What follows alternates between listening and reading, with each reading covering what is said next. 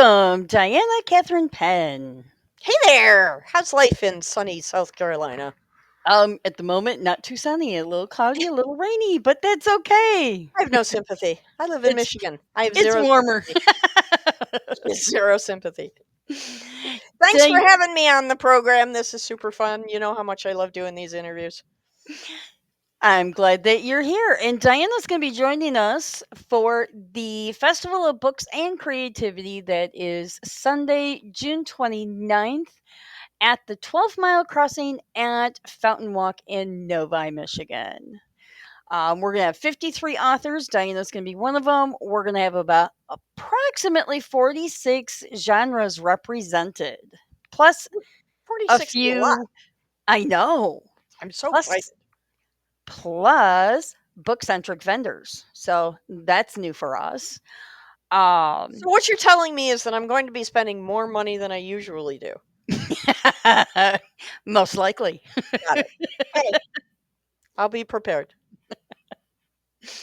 It's a beautiful thing. It is. So Diana, you've got about a dozen books, Hmm. plus possibly some more that Oh will yeah. be up. Yeah. I'm super excited this year. I've actually been able to throw a lot of energy into the creative process this year. I think a great deal of it has to do with I bought myself a new desk. Oh, So whenever you get into a new writing environment, there always seems to be new creative stuff that happens in that environment. So kudos to the new desk. I'm very, very happy.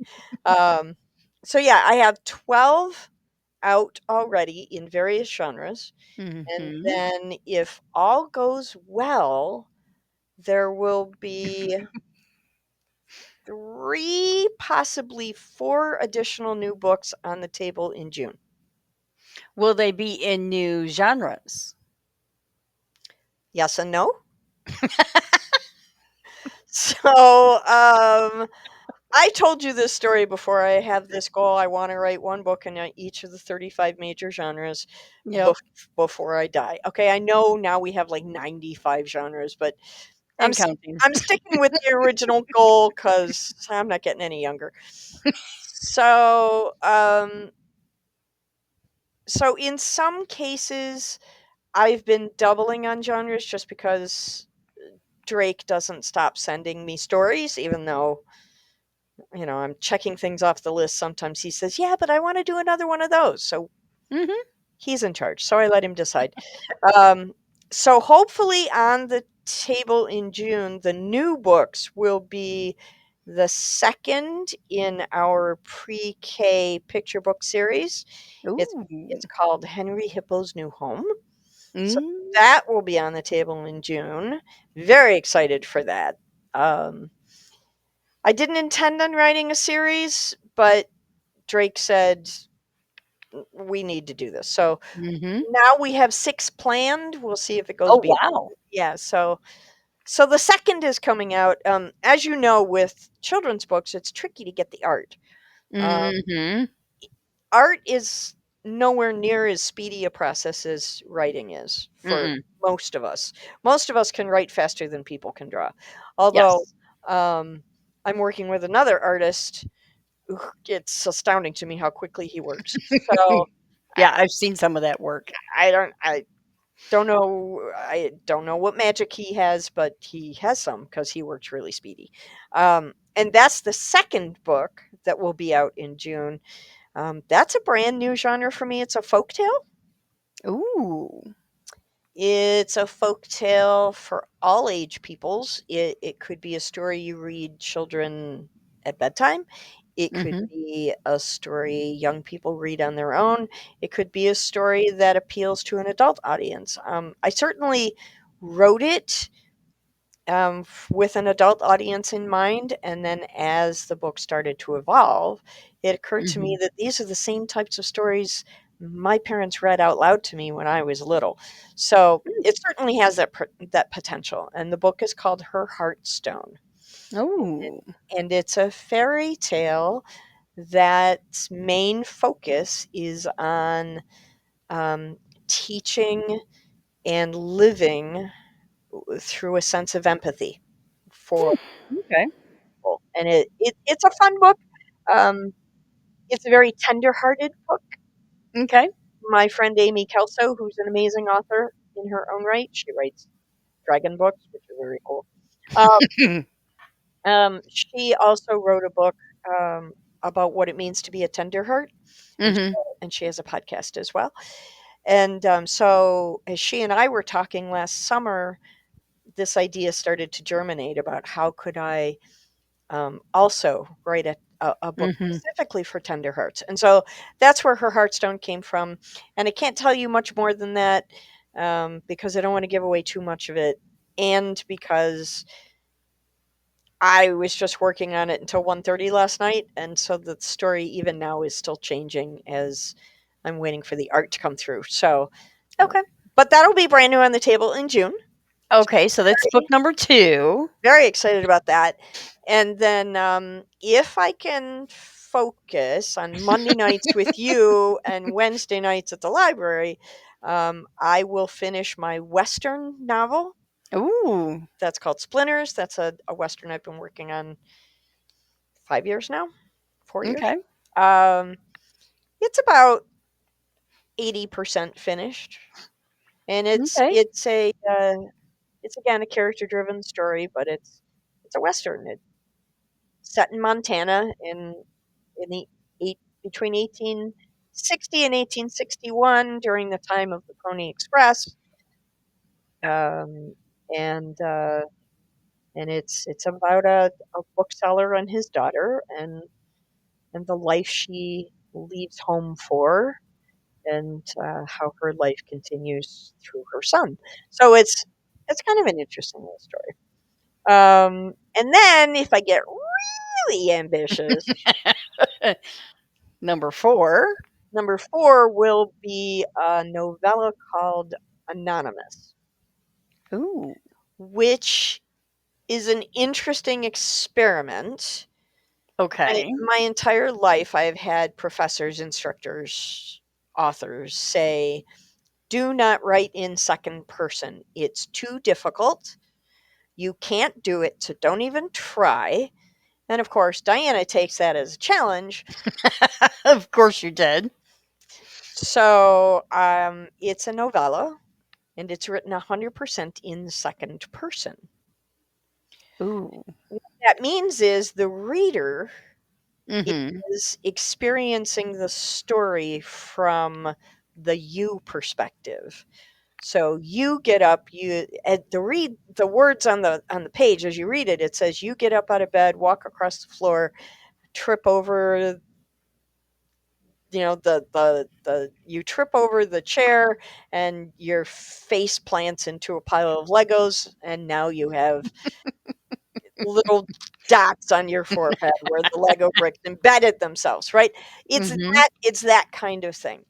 Hmm. Usually a second person story is written from a single you perspective, meaning one character, Mhm.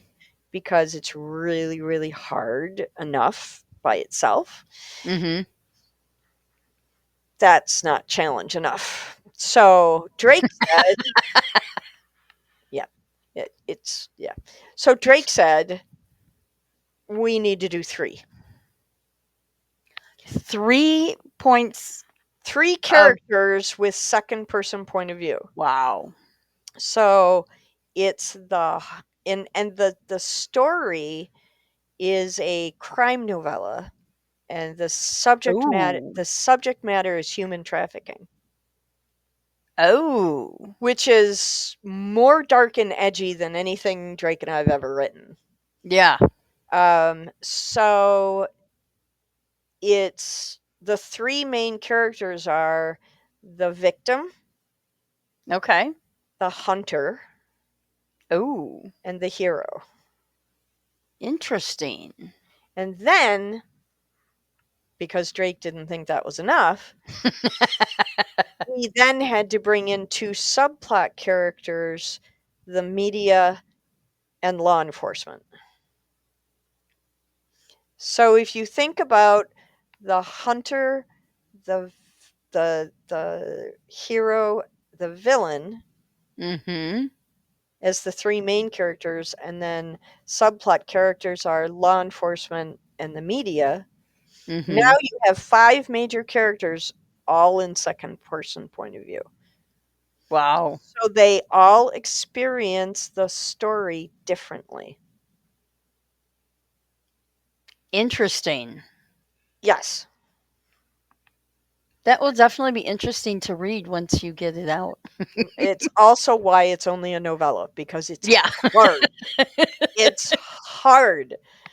I don't recommend anybody do it, but it's hard. I gave a preview Mhm. to my editing partner, Mhm. Heather Ashley over at HB Inc. Mhm. She and I are doing a glorious editing partnership, which I love. Mhm. I gave it to her to say, tell me if I need to, get fitted for a straitjacket, because if I do, I probably shouldn't keep writing this book.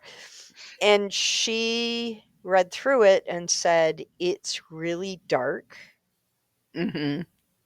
and it's really different, Mhm. and I want to see how it ends. So I said, okay, I guess I'm going to keep writing it. Yep. So, three different genres, four different genres, Mhm. really, you know, four different genres. And I'm hoping to all have them out on the table in June.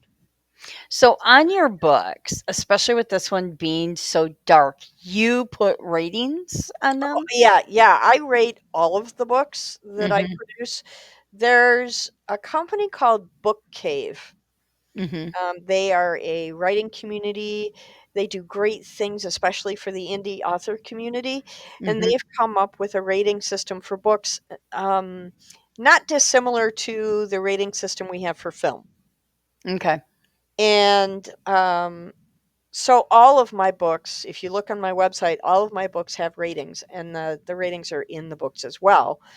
Um, just so that people have an idea of the level of maturity or the level of content that the reader should be warned of or Mhm. expect before they get into a story.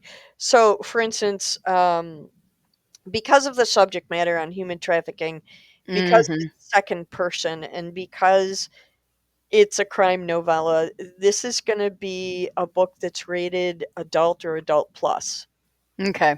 which is essentially R and NC-17, if you want to, Okay. compare it to film. Mhm. Uh, it's dark. Um, A because great well, contrast. just because, yeah, I mean, Henry Hippo finds a new home, and Anonymous, human trafficking. So, yeah, they're very divergent. But that's part of what keeps the writing process so engaging for me, Mhm. is because each project I take on is so different from the next. It makes it fun. Which means you'll have 16 books come June. Yeah. If all goes according to plan and Drake doesn't decide to go on some other wacky tangent in between, Which then you never know. yeah, you never know. With the duck, you never know. Um, So, for those that don't know, hmm Drake is your muse, which is a duck. hmm Do you happen to have Drake close by? Of course, Drake always sits on my desk, because where else would he sit? Right. Oh, and he still got his blue bow tie on. Yeah, we did an So event adorable. last weekend, and he wore his blue bow tie, and we got this wonderful. There it is over there. Yep. This wonderful book nerd pin he got when we visited Toronto in Ah. December, and he said he needed that. Mhm. Yeah, that's Drake. So Drake is my muse. I should probably show you this. So this is Robert. Oh, he's so cute. Yes, this is Robert. Robert is Drake's muse, Oh, how adorable. and Drake is my muse. So it's kind of like an MC Escher painting. a little bit. Yes. Yeah, so here's how we define Drake, and you can Drake wrote two short story collections, and there's a detailed explanation in both of his books. Um, but Drake is essentially, the way we explain him is he's the voice in my head who helps me quack through all the difficult things when you're writing a novel. Mhm. Gives me ideas, double checks my spelling, lights a fire under my tail feathers when I'm not working hard enough, that kind of thing. And then, but the way we explain him to non writers, Mhm. Drake is the thing that gives me permission to write whatever is in my imagination without judgment or imposter syndrome. So Drake represents courage, the courage to write, Okay. the courage to continue, the courage to share it with the public. Because Awesome. no matter what I do, he's always going to be on my side. So, and Mhm. he's been with me since I was 7. And I do talk directly about him um, because he has been with me since I was 7. And Mhm. I had a very dear friend of mine, also an author, who is a certified psychiatrist. Mhm. He's one of the people who goes into the court systems and lets you know if you're supposed to be fitted for a straitjacket or not. And Okay. when I told him about Drake, and somebody else at the table said, "What do you make of this?" And he said, "Diana's slightly schizophrenic, but it's not dangerous." And I went, "That's Okay. there. That works. That I'm Not okay. dangerous. Not dangerous. That's good to know." So gently schizophrenic, but not dangerous. So you've got all of these books. Yeah. Touch on a few of those for us that Okay. you So already have published, because yep. we went over what's coming. What will definitely be on your table? So I wanted to talk about two specifically today. Mhm. The first one is a book I wrote, which I love. I had so much fun writing this. So this is Free Will, and Mhm. this is what the subtitle. I don't know if you can see it, is it's a divinely curious novel. So Oh. that's the Mhm. front, and that's the back, and so when Very you cool. open it, yeah, wait. Nice. It So flies. this is, yeah, it does. So this is the story of Rachel.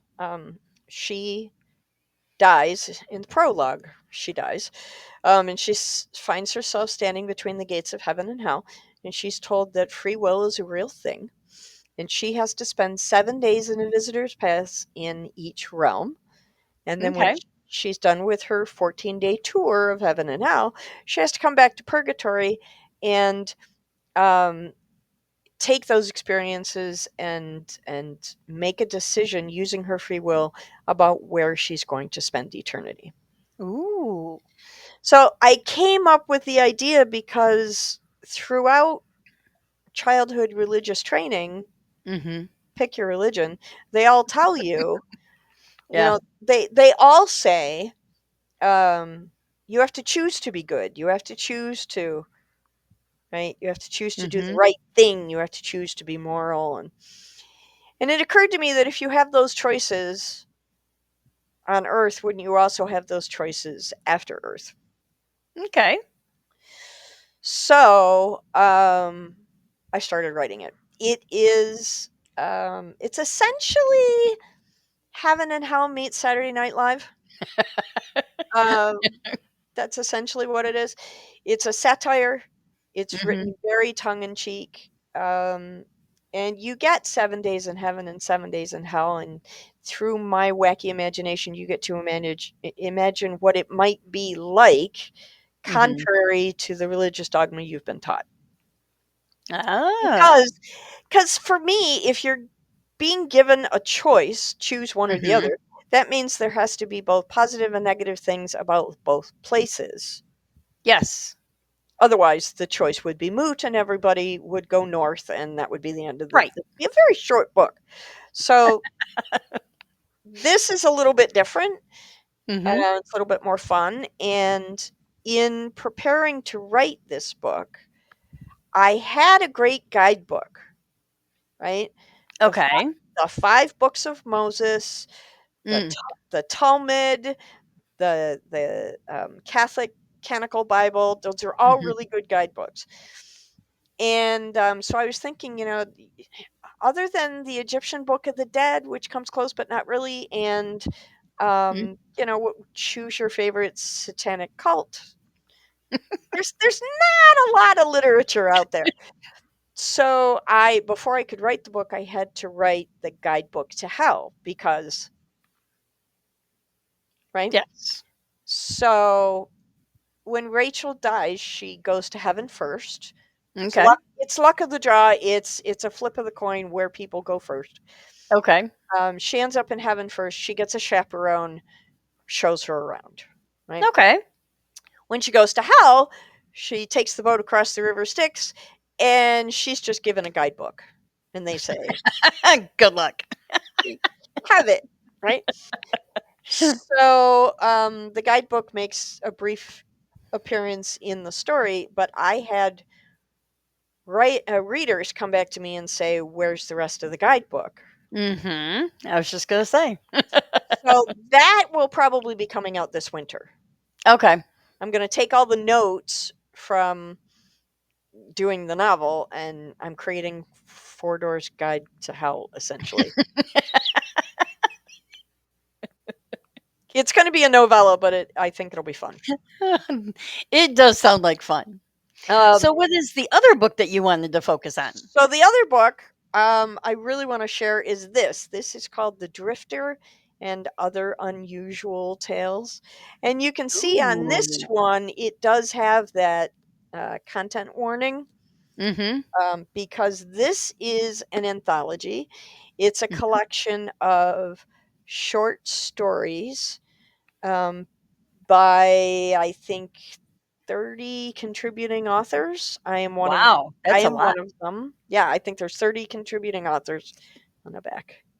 So Oh, these are wow. all the people who contributed. Nice. This is a 524 page book.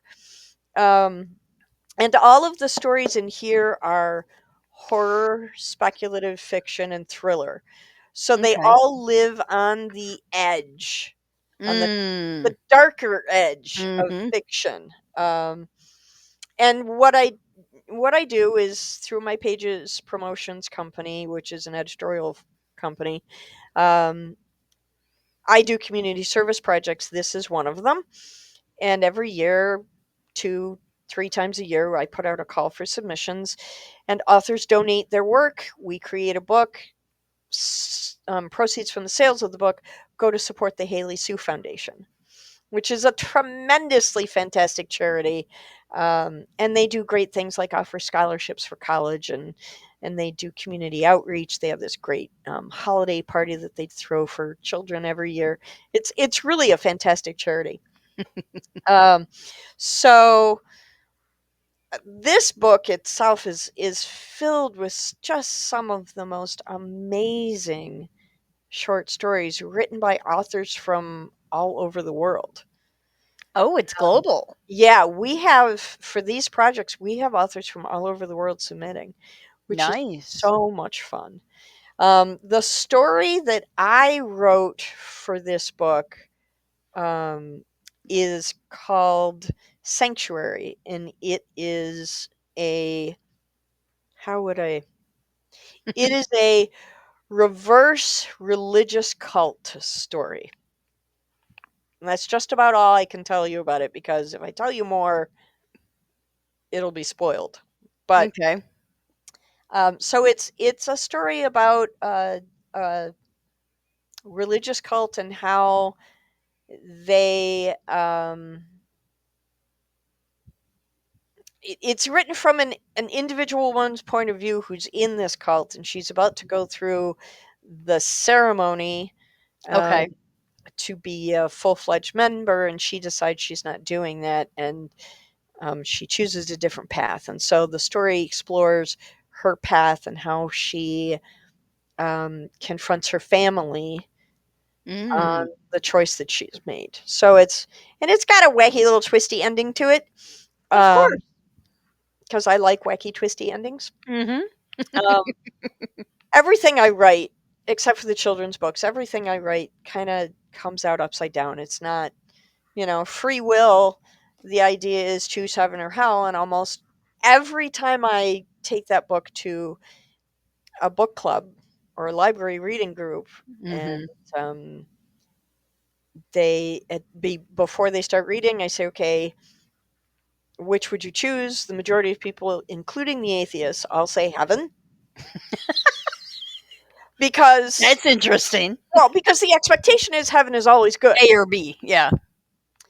Um, and at the end, they all say, I hated the ending.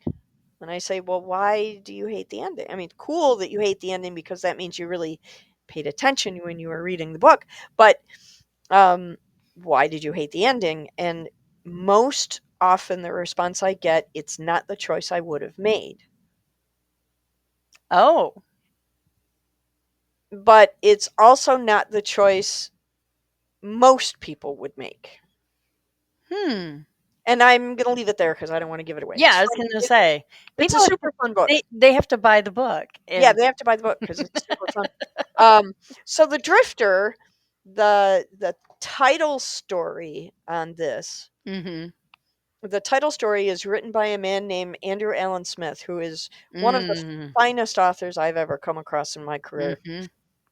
And he wrote an astounding piece of fiction that gets to the heart of um, how people are different and how we sometimes ruin our relationships with people based on expectation. And it's Ooh. it's a very, very cool story. It's one that Mhm. I think I've read it 12 or 15 times, Wow. maybe more because well, every time I read it, I find something new in it. Okay. And that's why I think Andrew is such a great author, is because everything he writes, I find something new in. And he has a couple of other pieces in there. Also, I wanted to just shout out real quickly. Um, there are a ton of other really amazing authors in here. Andrew Allen Smith has a couple of pieces in here that are just great. Nicole Castle has some work in here. Chris Nardone, Craig Brockman. We just have some really amazing Mhm. authors who have contributed, and I'm so proud of the book. And I love it because every copy we sell goes to surf charity. Yeah. Not everybody wants to donate blood Right. Or to 10. or can to serve their community or pick up Mhm. trash by the side of the road to serve their community. Um, I think we found a fun way for authors to do what they love and serve their community at the same time. And Mhm. whenever you can find a win win like that, I think it's the perfect solution. And So you switched things up this year. I did. You hmm have a very unique way of doing your anthology this year. Yeah, Share this that. this year's anthology, I don't know, some people in the audience may remember, some not. Um, there was Buck Rogers' TV show. Mhm. And then there was also the Flash TV show, Mhm. and the theme music was something to the effect of Flash, right, with all this. Like, Mhm. okay, so the book is called Flash, um, and it's what we're doing is we're offering 52 Flash fiction prompts, Mhm. one a week for the entire year, and authors can take that prompt and write a story to fit it in whatever interesting way they can somehow satisfy the prompt, Mhm. choosing the genre and the characters that they want. But because it's Flash, you only get 250 words. Which is not very many. Not very many. Not very many. Um, You've probably noticed already, brevity is not my thing. So, this is a really good challenge for me to hone my writing skills and to become more precise in how I write. And I'm finding it to be a lot of fun. Monday nights, when we meet for the Creative Mhm. Centers of Ink writing thing, you and me and a bunch of other writers coming online, Yep. these are the pieces that I'm working on Monday nights. So I get concentrated writing time. I I compare it to I used to be a competitive swimmer. Mhm. And the best way to get better at swimming is to get your body in the pool every day. Well, yeah, because otherwise it's really difficult to get better at swimming. Yes. So I feel the same way about writing. Yeah. The best way to improve your skills Mhm. is to push your ability to an edge or in a direction that you're not normally comfortable with. And for me, flash fiction is not my comfort zone. No. I'm happier in full length novels, really. Yes. So I like writing essays. I like writing very long research papers. Uh, I'm a professional editor, and my favorite books are the epic fantasies because I get 700 pages to play with. Um, so this idea of flash fiction, I thought would be a lot of fun. Mhm. It gives you a wide opportunity to test a bunch of different genre opportunities, to play with different character possibilities, but you don't have to spend 6 months writing it. Yeah. You can do it on a Monday night. Mhm. There have been several weeks when we've met together Yep. where I've said, okay, after our first 30-minute sprint is over, you say, how'd you do? And I say 420 words, and now I got to get it down to 250. But because of the accountability of the group Mhm. and because of the gentle support of the group, every Monday night I am able to throw one of these out. Yeah. So I've been creating one every Monday night. And whether anybody else wants to play the game with me or not is completely up to them. But by the end of this year, I will have a minimum of 52 flash fiction pieces to go in another book. So Drake is happier with short form than I am. Yeah. So he said, we're going to do this. Now, I have a whole bunch of other prompts that I also want to work on. So Mhm. I think I'm up to 14 right now Okay.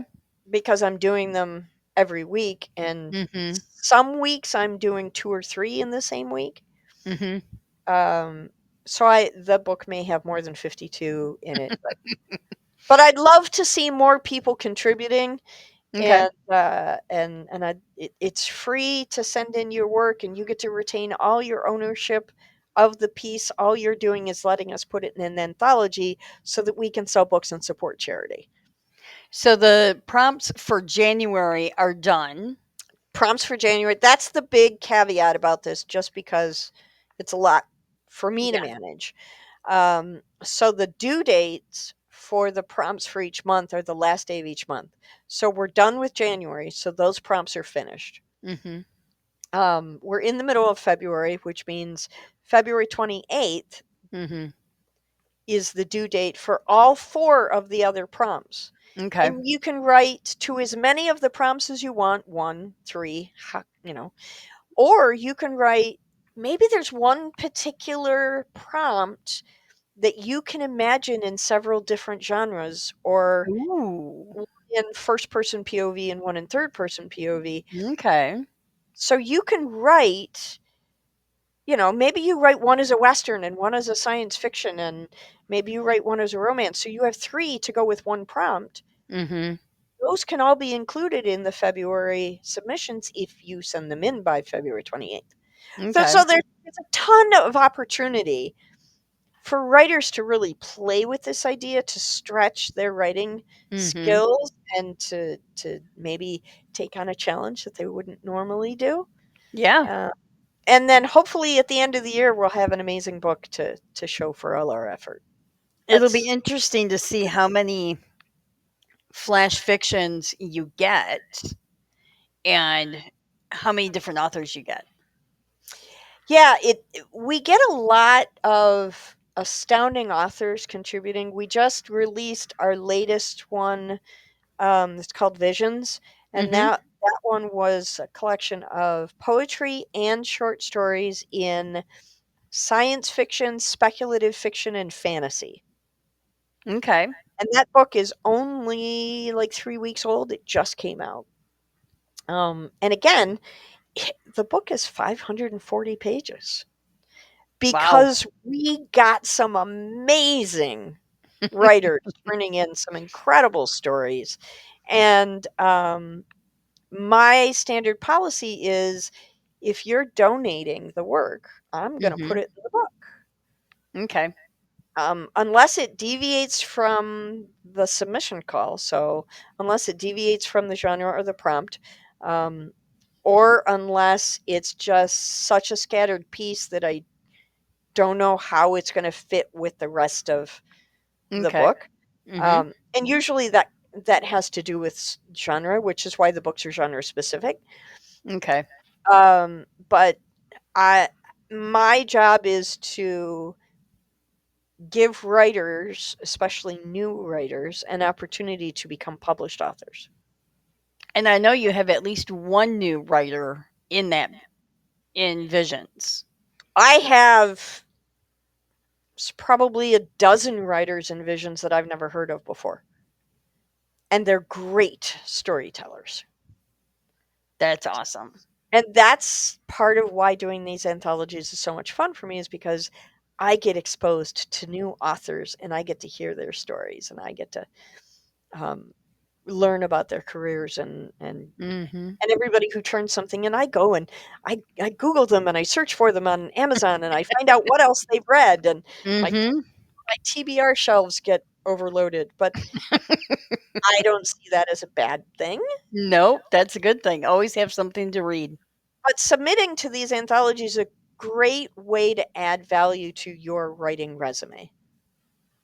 It's another publishing credit, Mhm. and we try to be as accepting as we can of everybody who wants to contribute. So, because it is for charity, and we're doing it for all the right reasons. Now you also work with indie authors for your podcast. Hmm. So any indie author that has written a book and published a book can come on and read to you. Yeah, it's really a cool thing. People read out loud to me. It's great. Since I was a little kid, my favorite place was, sitting on the carpet in front of the librarian on Sunday morning. Mhm. Um, and so what I do is I try to offer that same opportunity. Again, it's a free thing I do for authors to help them with their marketing platform, to help them share their work with the world. And on my website, there's a place where you can sign up and come read. It's free. It's evergreen marketing until the Mhm. day I die, and probably after, because my son will probably be too lazy to close out my YouTube account. Um, Not always a bad thing. yeah.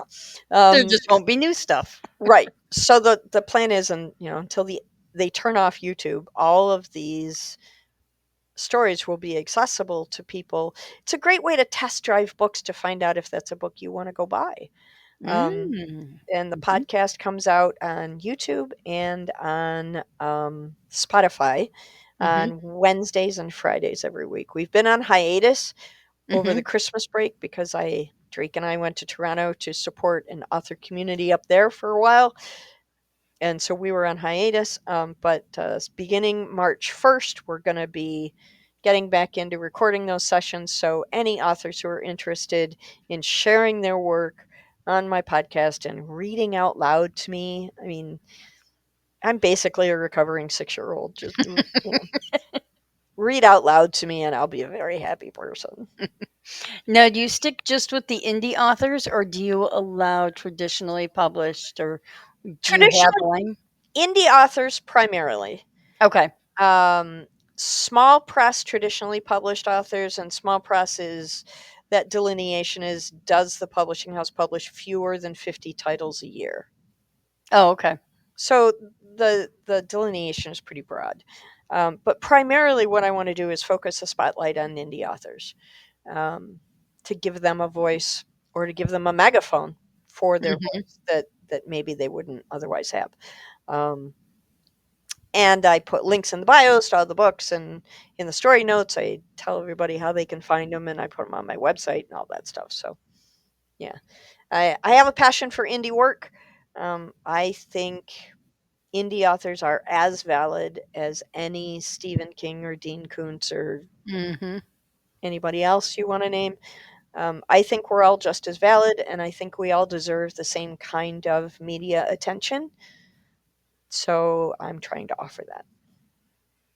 Well, awesome. Well, everybody will be able to come and check out all of your 16 books. Plus, that 16 does not include anthologies, if I'm, am Correct. I correct? Correct. So, Yeah. And so far, I have 9 anthologies on the table. so that's a lot of options for people to come and see you and browse, and you write in multiple genres, so a So it's lot a for lot. everybody. Yeah, it's a lot. It's a lot to choose from.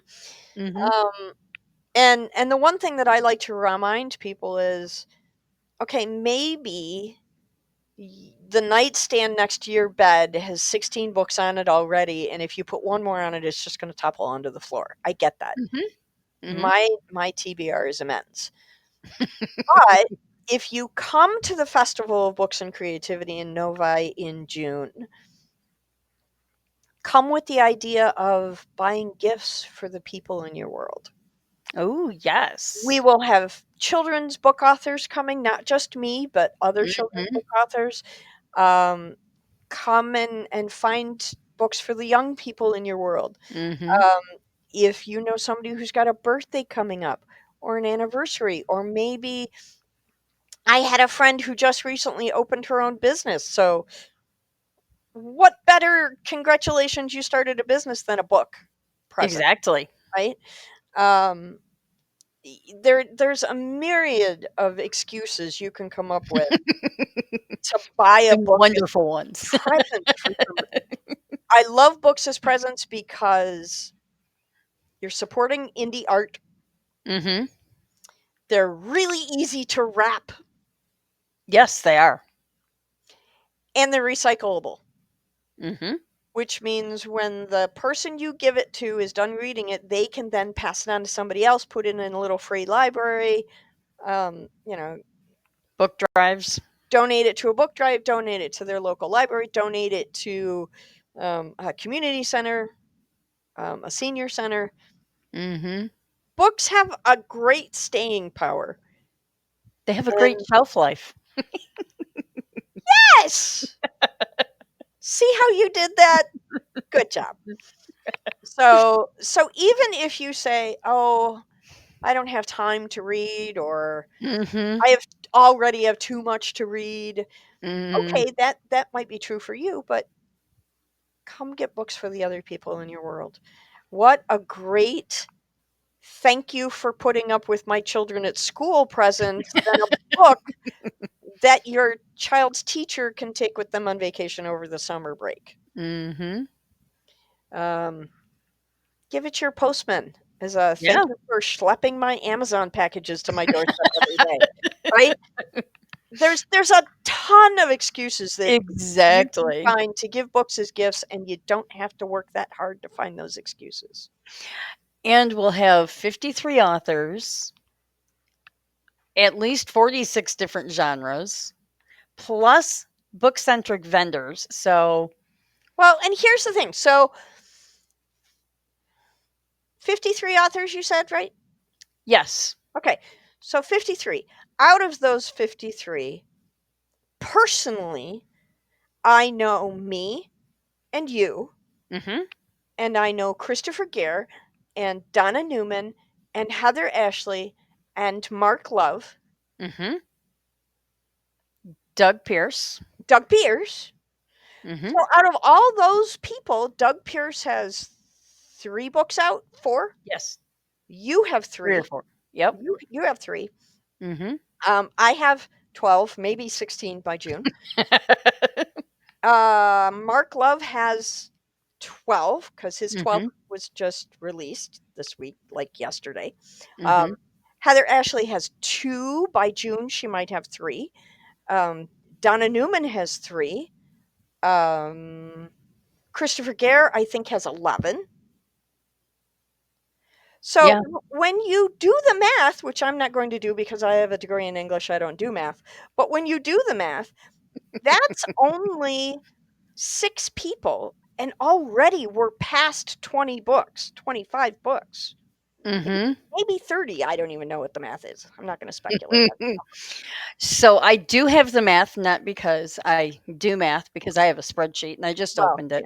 yeah, I yeah. cheated, yes. You cheater. We have, from what's been reported, 277 book titles. Okay, so out of 277 book titles, and I know I'm beating this dead horse, but 277 book titles, there's gotta be at least one in there that everybody can buy as a gift.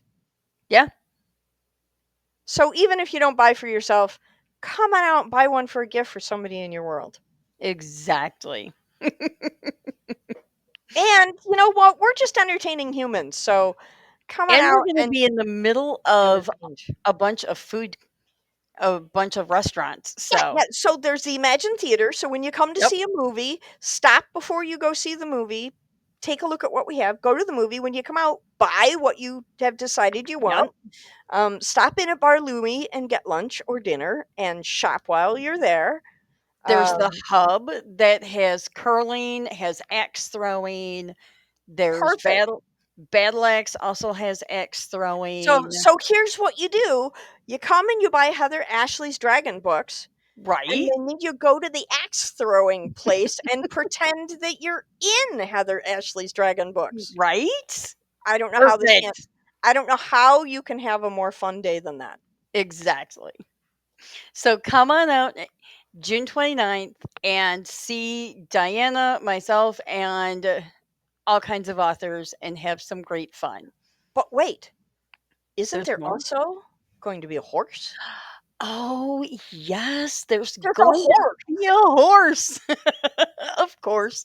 Um, A horse, of course. So you've got books, you've got a horse, you've got storytelling, you've got a whole bunch of crafters who do really cool literary mhm. inspired things, and there's food. I don't know how this can't be a better day. I The don't know. only thing that would make it better is if somebody brought a duck pond and, put it up Yeah, I next to haven't me. found a duck pond yet. Yeah. Sorry. Oh well, maybe next year. Well, we've got horses this year. We could have duck Right? ponds this year. We have a horse. I know people who own ducks. Yes, you do. I know authors who own ducks, so maybe that's something we can plan for. Mm. We shall see. Well, I will see you at the end of June, and it's been great having you on here, Diana. Thank you so much. You're always so much fun to talk to, and you do such great events. And I got to tell you, every time I come to one of your events, I have such a good day.